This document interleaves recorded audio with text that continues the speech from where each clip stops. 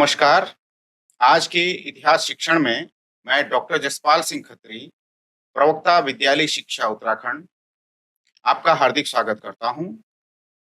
आज हम अध्ययन करेंगे कक्षा 11 की पाठ्य पुस्तक विश्व इतिहास के कुछ विषय और इसमें हम अध्याय 7 आधुनिकीकरण के रास्ते। चीन में गणतंत्र की स्थापना, जिस प्रकार से वहां पर जो साम्राज्यवादी ताकतें थी उनका अंत हुआ और वहां पर उसके स्थान पर गणतंत्र की स्थापना हुई। चीन में साम्यवादी दल का उदय हुआ। तत्पश्चात नए जनवाद की वहां पर सरकार बनी और 1978 के बाद से जो सुधार चीन में शुरू हुए उसके द्वारा चीन एक शक्तिशाली राष्ट्र के रूप में स्थापित हुआ। चीन में गणतंत्र की स्थापना, हम जानते हैं कि 1911 में चीन में जो मंचू साम्राज्य था उसका शासन समाप्त कर दिया गया और उसके स्थान पर डॉक्टर सन यात सेन, जिनका जन्म 1866 से लेकर के और उनका जीवन काल 1925 तक रहा, उनके नेतृत्व में राष्ट्रवादी गणतंत्र सरकार की स्थापना की गई। डॉक्टर सन यात सेन निर्विवाद रूप से जो आधुनिक चीन है उसके संस्थापक माने जाते हैं। वे एक गरीब परिवार से थे और उन्होंने मिशन स्कूलों में शिक्षा ग्रहण की, जहां उनका परिचय आधुनिक लोकतंत्र और ईसाई धर्म से हुआ। उन्होंने हवाई द्वीप जाकर के डॉक्टरी की पढ़ाई की, लेकिन वे चीन के भविष्य को लेकर के बहुत अधिक चिंतित रहते थे। उनका कार्यक्रम था जिसका उन्होंने सिद्धांत दिए अपने, उसे 3 सिद्धांत के नाम से जानते हैं। चीनी भाषा में उसको कहते हैं सन मिन चुई, अर्थात 3 सिद्धांत। ये क्या थे? राष्ट्रवाद। इसका अर्थ था कि जो चीन का मंचू राजवंश है, जिसने कि विदेशी राजवंश के रूप में उसको देखा जाता था, उसको सत्ता से हटाना था। साथ ही जो अन्य साम्राज्यवादी थे जो वहां पर बस गए थे, उनको सत्ता से हटाना था। गणतंत्र या जो गणतांत्रिक सरकार थी उसकी स्थापना उन्होंने करना था। और तीसरा था समाजवाद, यानी जो पूंजी का नियमन करे और भू स्वामित्व में बराबरी लाए। ये उनके 3 सिद्धांत थे। सामाजिक और राजनीतिक हालात चीन में डामाडोल बने रहे थे। 4 मई 1919 में बीजिंग में युद्धोत्तर शांति सम्मेलन के निर्णय के विरोध में एक धुआंधार वहां प्रदर्शन हुआ। हालांकि चीन उस समय जो ब्रिटिश नेतृत्व था उसमें जो जीते हुए विजयी राष्ट्र थे, पहला विश्व युद्ध था, उनका सहयोगी था, पर उससे जो हथिया लिए गए क्षेत्र थे उसके इलाके उसको वापस नहीं दिए गए। उसके विरोध में उन चीन का जो विरोध था वो एक आंदोलन के रूप में बदल गया। इसने एक पूरी पीढ़ी की परंपरा को पर हमला करने के लिए प्रेरित किया और चीन को आधुनिक विज्ञान, लोकतंत्र और राष्ट्रवाद के जरिए बचाने की मांग वहां पर की गई।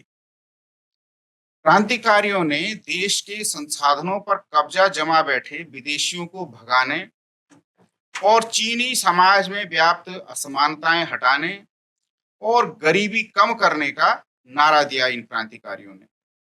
उन्होंने लेखन में एक ही भाषा का इस्तेमाल, यानी पैरों को बांधने की प्रथा, औरतों की अधीनता के खात्मे, शादी में बराबरी और गरीबी खत्म करने के लिए आर्थिक विकास जैसे सुधारों की अपने लेखनों में वकालत की।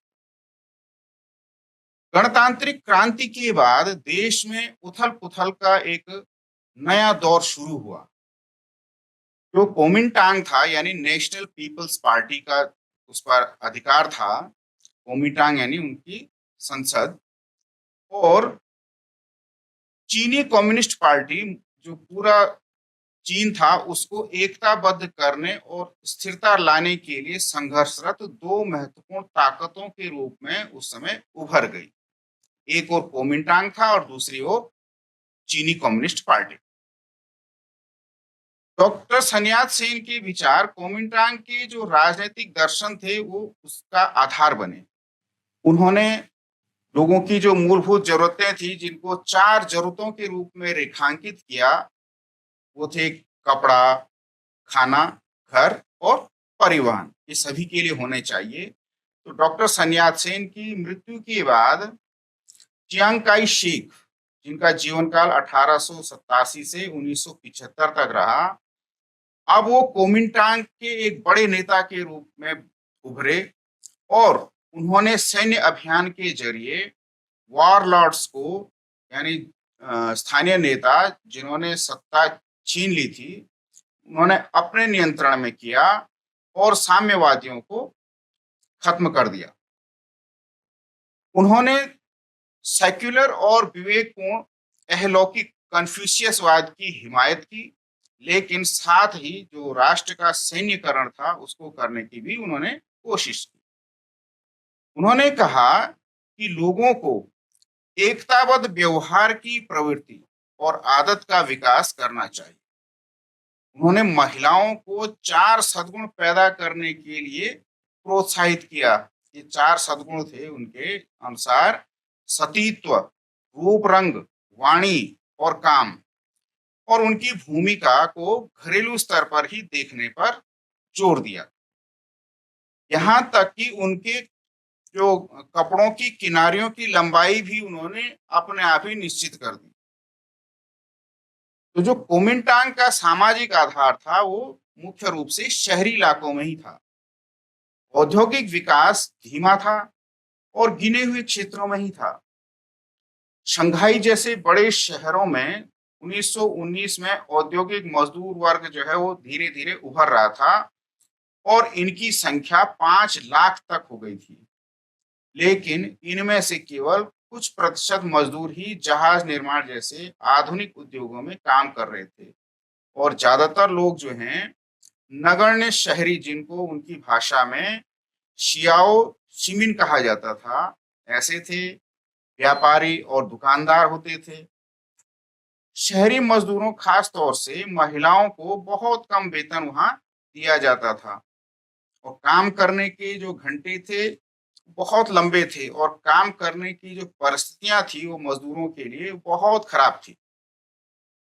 लेकिन जैसे जैसे व्यक्तिवाद बढ़ा, महिलाओं के अधिकार, परिवार बनाने के तरीके और प्यार मोहब्बत की चर्चा, इन सब विषयों को लेकर के उनके आपसी सरोकार थे वो बढ़ते गए, उनमें उनको छूट मिलती गई।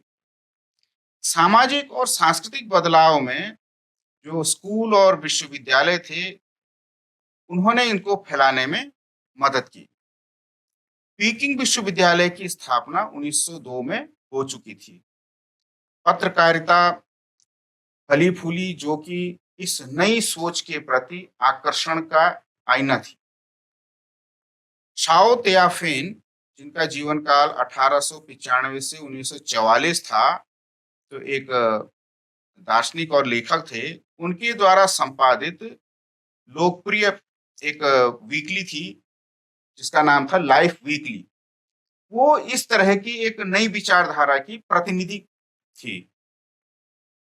इसने अपने पाठकों के नए विचारों में साथ ही गांधी और तुर्की के जो आधुनिकता पसंद नेता थे, कमाल अतातुर्क पाशा जैसे नेताओं से उनको अवगत कराया।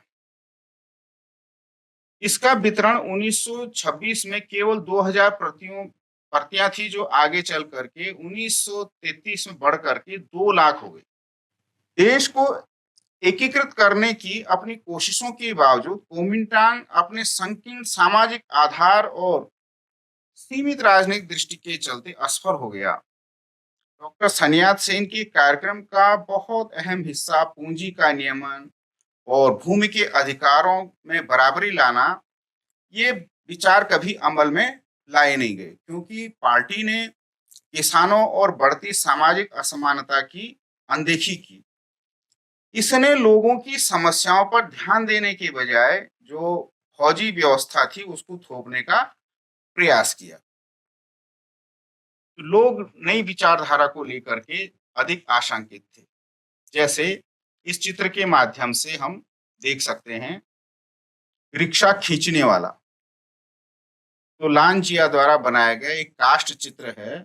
इसमें लाओ शे 1936 द्वारा रचित उपन्यास रिक्शा एक गौरव ग्रंथ बाद में बन गया। ये चीन की तत्कालीन दशा को बताता था।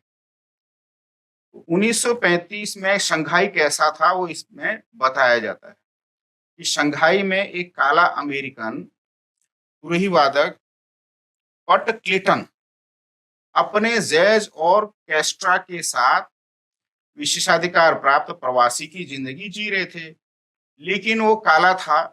एक बार कुछ गोरे अमेरिकियों ने उसको तथा उसकी जो वाद्य मंडली के सदस्य थे उनके साथ मारपीट करके उन्हें अपने गायन वादन वाले होटल से बाहर निकाल दिया।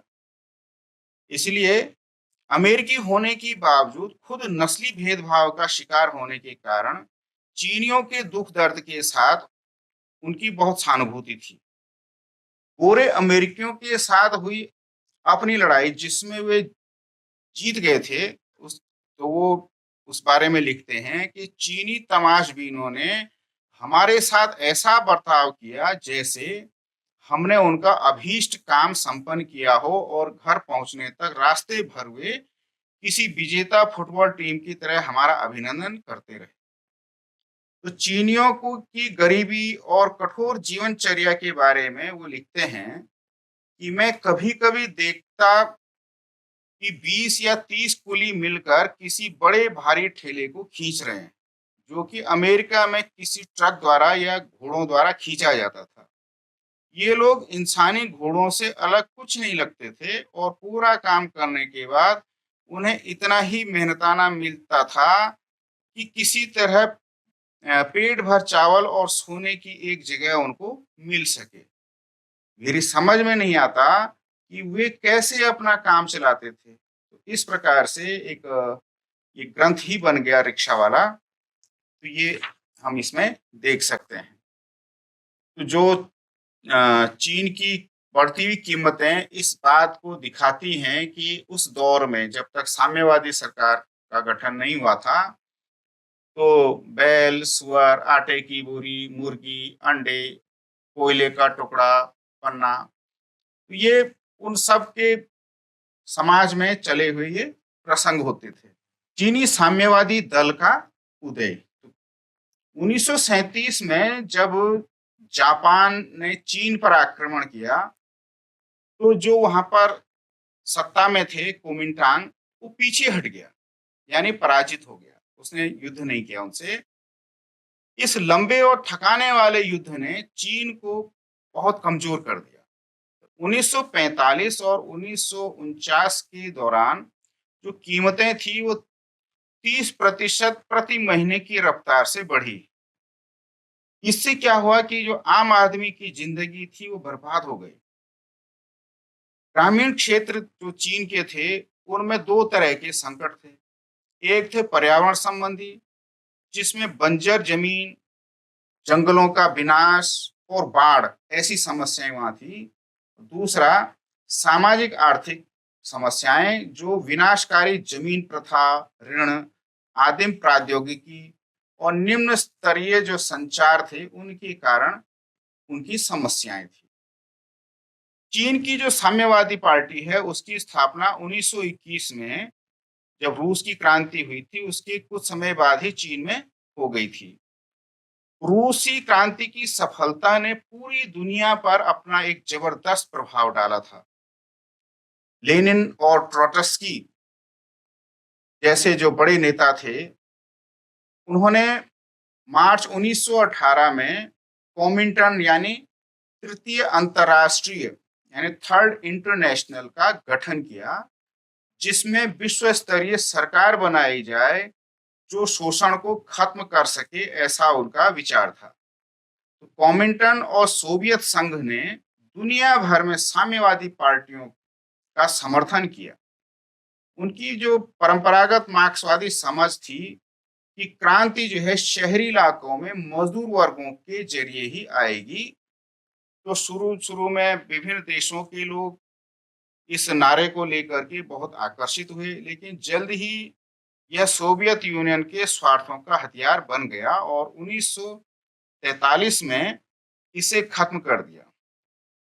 चीन में जो नए नेता उभरे, माओ त्से तुंग, तो माओ जो कि 1893 से 1976 उसका जीवन काल रहा, उन्होंने सीसीपी बनाई और उसके प्रमुख नेता के रूप में वो उभर करके आए।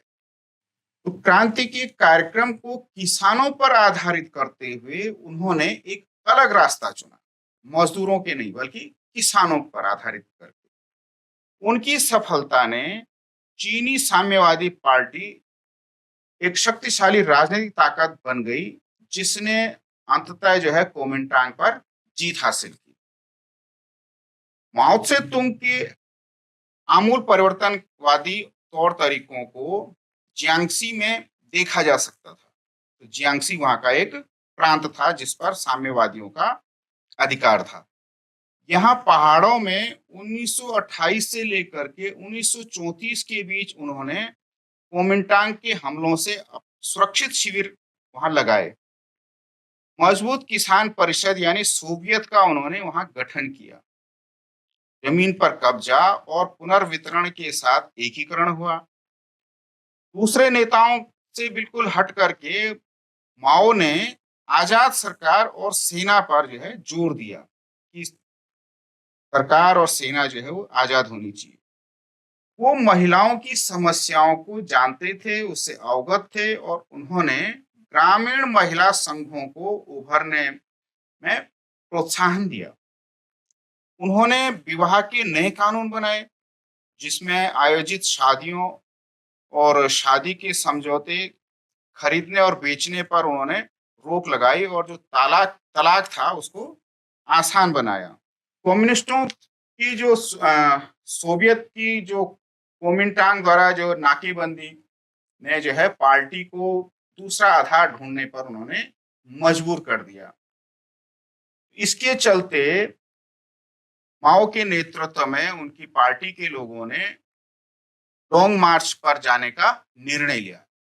ये लॉन्ग मार्च जो है यानी अक्टूबर 1934 से लेकर के और 370 दिन यानी अक्टूबर 1935 तक जो है वो लगातार यात्रा करते रहे, जो कि शांक्षी तक, वहां से जियांगसी प्रांत से उनको हटना पड़ा पीछे और उत्तर में जाकर के जो मानचित्र में हम देख सकते हैं शांक्षी तक 6000 मील यानी 10,000 किलोमीटर का एक मुश्किल भरा सफर था। इस उत्तर में नए अड्डे येनान प्रांत में उन्होंने युद्ध सामंतवाद को खत्म करने, भूमि सुधार लागू करने और विदेशी साम्राज्यवाद से लड़ने के कार्यक्रम को आगे बढ़ाया। इससे उन्हें मजबूत सामाजिक आधार मिला।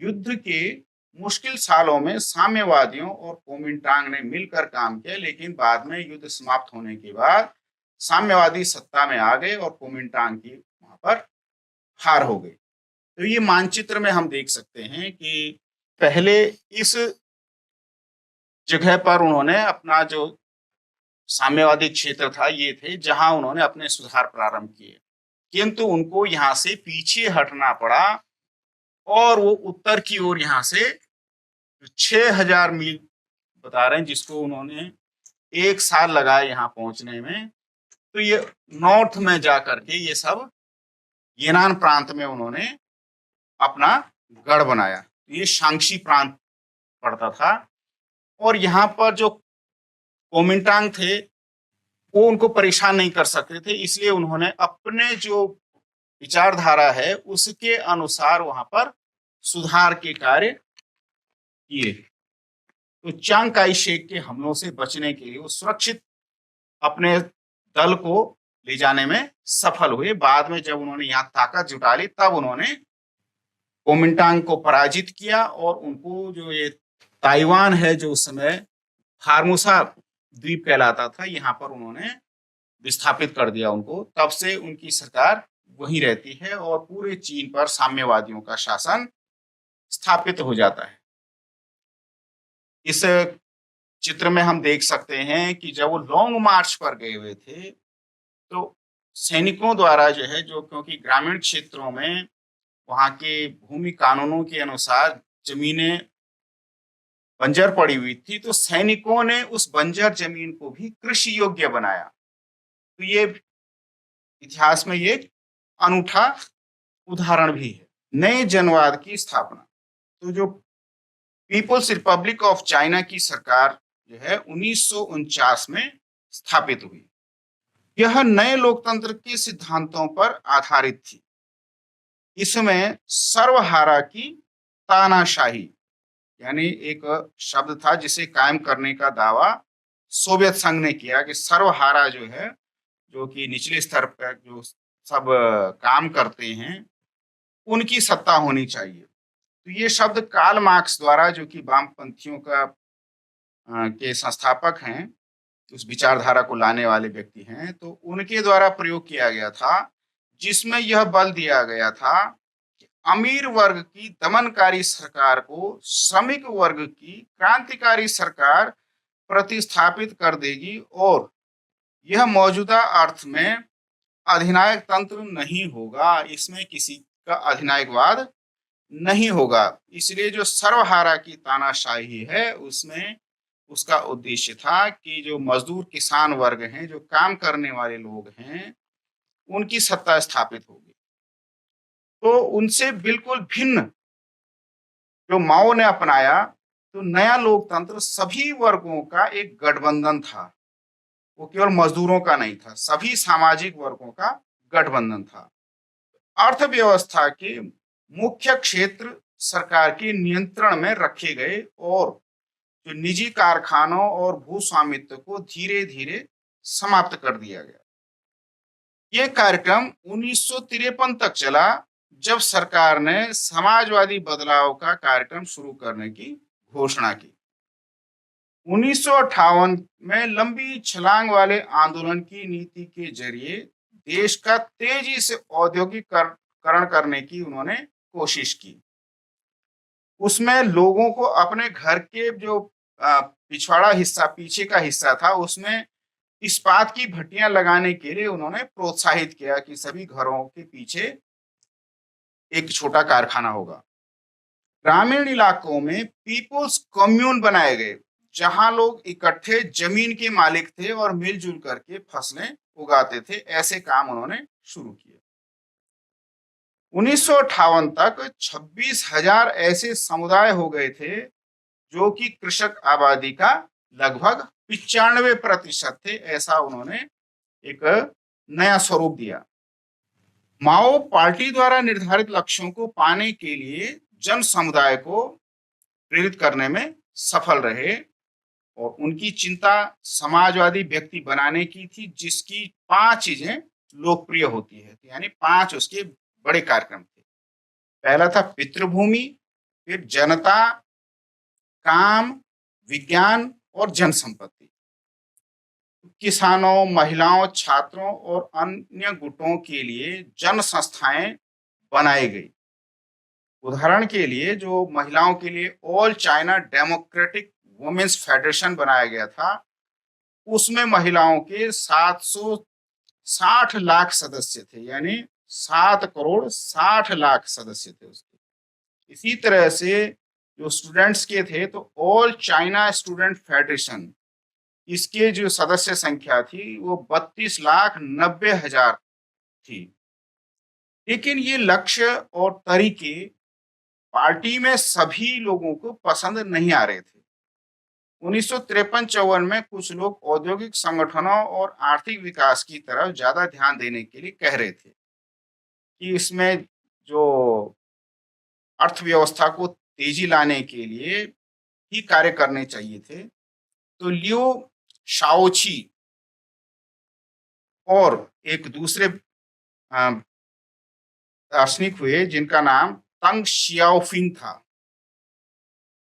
उन्होंने कम्युन प्रथा को बदलने की कोशिश की क्योंकि यह बहुत कुशलता से काम नहीं कर पा रही थी। जैसे घरों के पिछवाड़ों में बनाए गए जो स्टील का कारखाना था, जो छोटी इकाई थी, तो वो औद्योगिक लिहाज से बिल्कुल ही अनुपयोगी था। उसका उन्होंने विरोध किया। इस प्रकार से जो समाजवादी व्यक्ति थे, उसकी रचना के जो इच्छुक माओवादी और दक्षता की बजाय विचारधारा पर माओ के बल देने की आलोचना करने वालों के बीच एक लंबा संघर्ष चला। तो माओ द्वारा 1965 में छेड़ी गई महान सर्वहारा सांस्कृतिक क्रांति इसी संघर्ष का नतीजा था कि माओ सर्वहारा सांस्कृतिक क्रांति लाना चाहते थे। जो उन्होंने अपने आलोचकों का सामना करने के लिए शुरू किया, एक नया अभियान उन्होंने प्रारंभ किया। उसमें क्या था कि पुरानी संस्कृति, पुराने रिवाज और पुरानी आदतों के खिलाफ अभियान छेड़ने के लिए उन्होंने रेड गार्ड्स यानी मुख्यतः छात्रों और सेना का उन्होंने इस्तेमाल किया कि ये जो पुरानी बातें हैं इनको त्याग दिया जाए।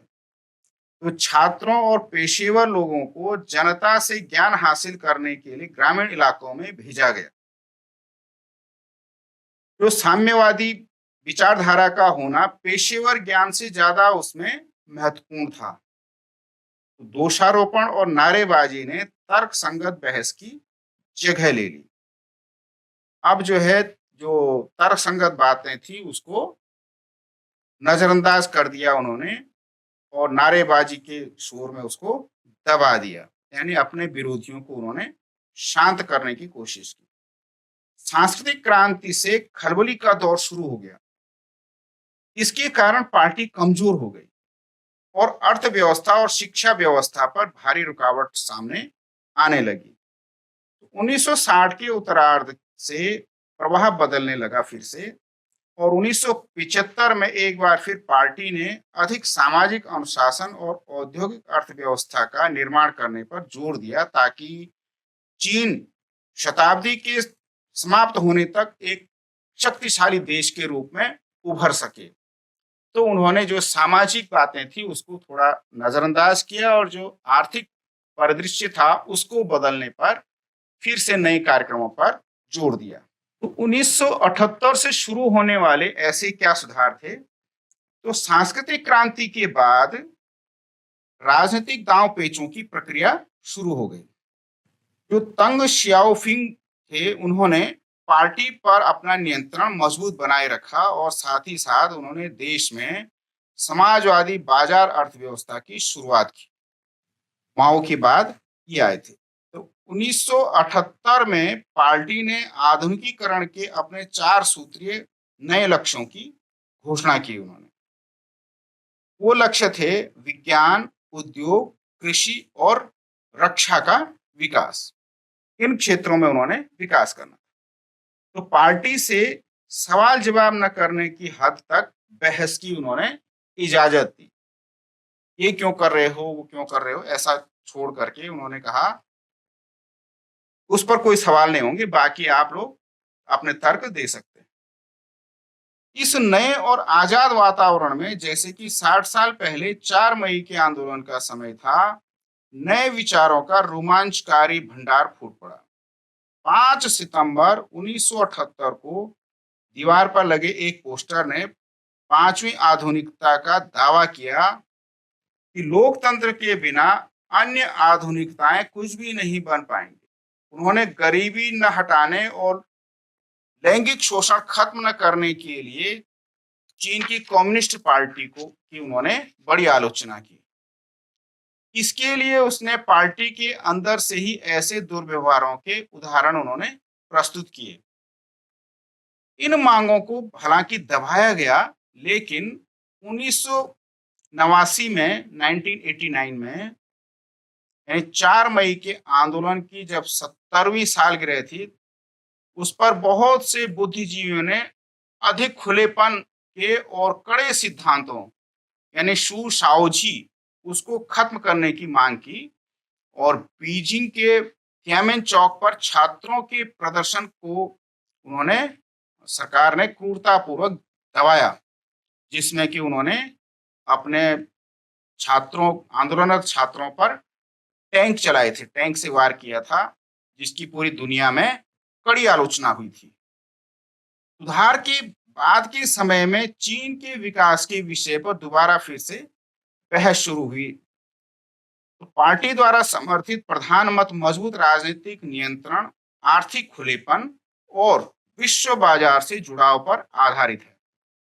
आलोचकों का कहना है कि सामाजिक गुटों, क्षेत्रों, पुरुषों और महिलाओं के बीच बढ़ती हुई असमानताओं से सामाजिक तनाव बढ़ रहा है और बाजार पर से जो भारी महत्व दिया जा रहा है, उस पर सवाल खड़े कर रहा है।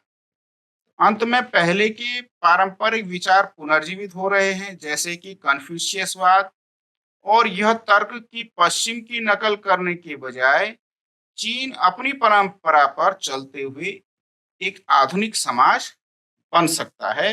इस प्रकार वहां सांस्कृतिक टकराव का दौर शुरू हुआ। इस चित्र में हम देख सकते हैं कि 1978 के सुधारों के बाद चीनी लोग स्वच्छंद रूप से उपभोक्ता सामग्री खरीदने में समर्थ होने लगे। इस अध्याय में कुछ प्रश्न आपके मूल्यांकन की दृष्टि से हैं। डॉक्टर sun yat-sen कौन थे? तो डॉक्टर sun yat-sen के बारे में संक्षिप्त यहाँ पर बताया गया था कि वो एक गरीब घर में जन्म हुए थे और उन्होंने डॉक्टरी की शिक्षा ग्रहण की और क्रांति में भाग लिया, और चीन की जो राष्ट्रवादी क्रांति थी उसको करने में वो सफल रहे और 1925 तक जो है उन्होंने चीन का नेतृत्व संभाला।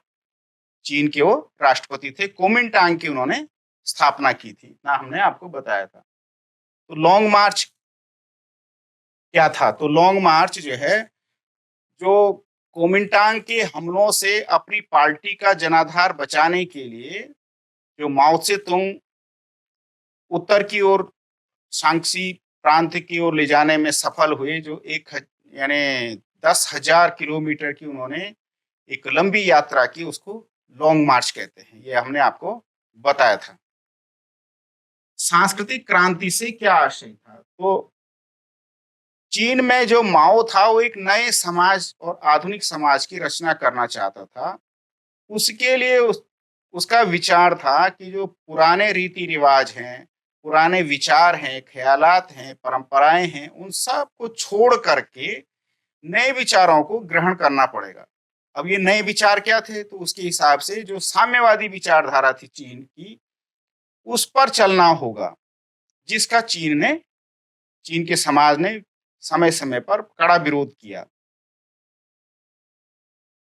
चीनी सरकार की किन बातों को लेकर आलोचना होती थी? तो चीन की सरकार की इन बातों को आलोचना होती थी कि उसने बड़े पैमाने पर लोगों को कुछ ऐसे कार्य करने पर बाध्य किए कि उनकी परंपराएं छोड़नी पड़ेगी और उनको सबको आर्थिक योगदान देना पड़ेगा। तो जैसे उदाहरण के तौर पर हमने बताया था कि किस प्रकार लोगों को अपने मकान के पीछे एक इस्पात की छोटी सी फैक्ट्री लगानी पड़ती थी, और बहुत सारे ऐसे कार्य थे जिसको वो पसंद नहीं करते थे।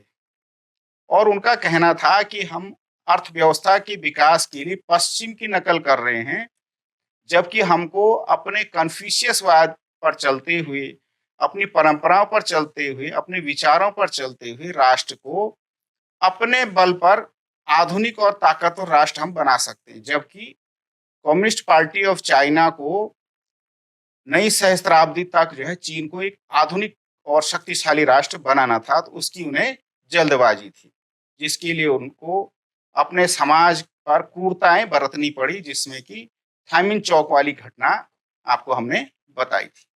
इस प्रकार हमने चर्चा की कि चीन में गणतंत्र की स्थापना किस प्रकार से हुई और चीन के जो साम्यवादी दल था उसकी स्थापना हुई, किस प्रकार से नए जनवाद की स्थापना माओ से तुंग के अधीन हुई, और 1978 से कुछ ऐसे नए अर्थव्यवस्था की शुरुआत हुई जिसके कारण चीन में आर्थिक उदारीकरण का दौर प्रारंभ हुआ और लोग जो है अधिक स्वच्छंद रूप से जो आर्थिक उपागम थे, उनका उपभोग करने लगे। गृह कार्य के लिए कुछ प्रश्न आपके लिए हैं कि कुओमिंटांग और चीन की जो साम्यवादी सरकार थी, उनमें कुछ अंतर आपको दिखे होंगे, तो उन अंतरों को आप जानने का प्रयास करेंगे और यह भी विचार रखेंगे कि इनमें से कौन-सा अधिक तुलनात्मक रूप से उचित था। चीन से संबंधित समाचारों का संकलन कीजिए।